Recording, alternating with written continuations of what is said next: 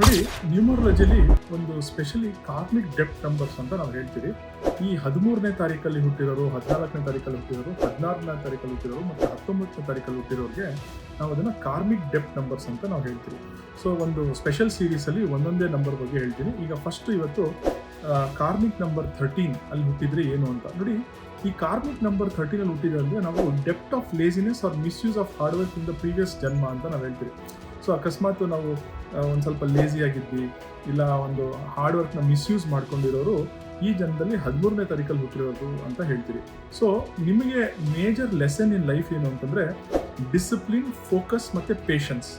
ಆಯ್ತಾ, ಈ 3 ವಿಷಯನ ನೀವು ತುಂಬಾ ಸೀರಿಯಸ್ ಆಗಿ ವರ್ಕ್ ಮಾಡಬೇಕು ನಿಮ್ಮ ಮೇಲೆ. ಡಿಸಿಪ್ಲಿನ್, ಫೋಕಸ್ ಮತ್ತೆ ಪೇಷನ್ಸ್. ಯಾವಾಗ ನೀವು ಈ 3 ವಿಷಯನ ತುಂಬಾ ಸ್ಟ್ರಾಂಗ್ ಆಗಿ ಮಾಡ್ತಿರೋ ನಿಮ್ಮ ಲೈಫ್ ಈ ಸಲ ತುಂಬಾ ಒಳ್ಳೆ ಸಕ್ಸಸ್ ಸಿಗುತ್ತೆ. ನೋಡಿ, ತುಂಬ ಇಂಪಾರ್ಟೆಂಟು, ಶಾರ್ಟ್ಕಟ್ಸ್ನ ತೊಗೊಬೇಡಿ. ಆಮೇಲೆ ರೆಸ್ಪಾನ್ಸಿಬಿಲಿಟಿ ತಂದರೆ ಅವಾಯ್ಡ್ ಮಾಡೋಕ್ಕೆ ಹೋಗಬೇಡಿ.